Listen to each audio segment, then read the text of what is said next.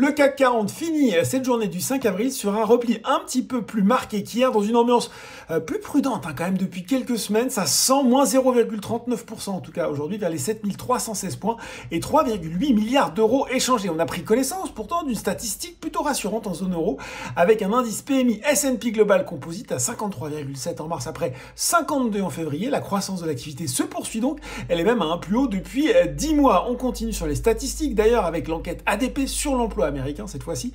L'économie US qui a créé 145 000 postes en mars, c'est bien en dessous du consensus briefing à 205 000.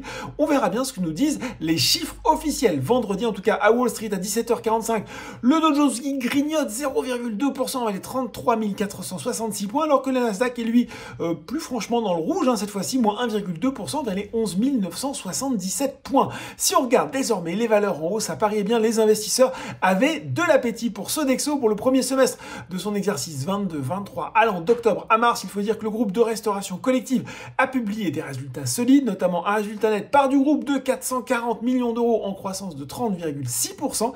La marge d'exploitation elle augmente même de 60 points de base à 5,8%. Autre nouvelle très appréciée, l'annonce de la prochaine scission de l'activité Benefits and Reward Services, très attendue pour la totalité de l'exercice. Sodexo vise notamment une croissance interne proche de 11%. Orange aussi était nettement dans le vert, elle est facile. L'opérateur télécom qui a annoncé son intention d'émettre une nouvelle tranche d'obligations hybrides et de lancer concomitamment une offre de rachat sur ces obligations hybrides existantes sur le CAC 40. Ça allait bien aussi pour Essilor, Luxottica et Sanofi.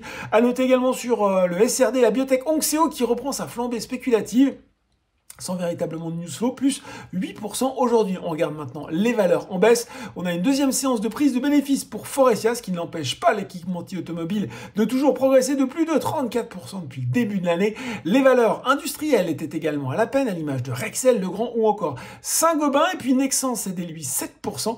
La faute à son premier actionnaire, le groupe chilien Invexans, qui a annoncé la vente d'environ 4,2 millions d'actions de la société française par le biais d'un placement privé auprès d'investisseurs institutionnels. Ce placement représente tout de même 9,6% du capital de Nexans. Et puis enfin Casino qui signe une nouvelle séance de repli, le titre du distributeur qui se rapproche de la barre des 6 euros. Voilà, c'est tout pour ce soir. En attendant, n'oubliez pas tout le reste de l'actu éco et finance est sur Boursorama.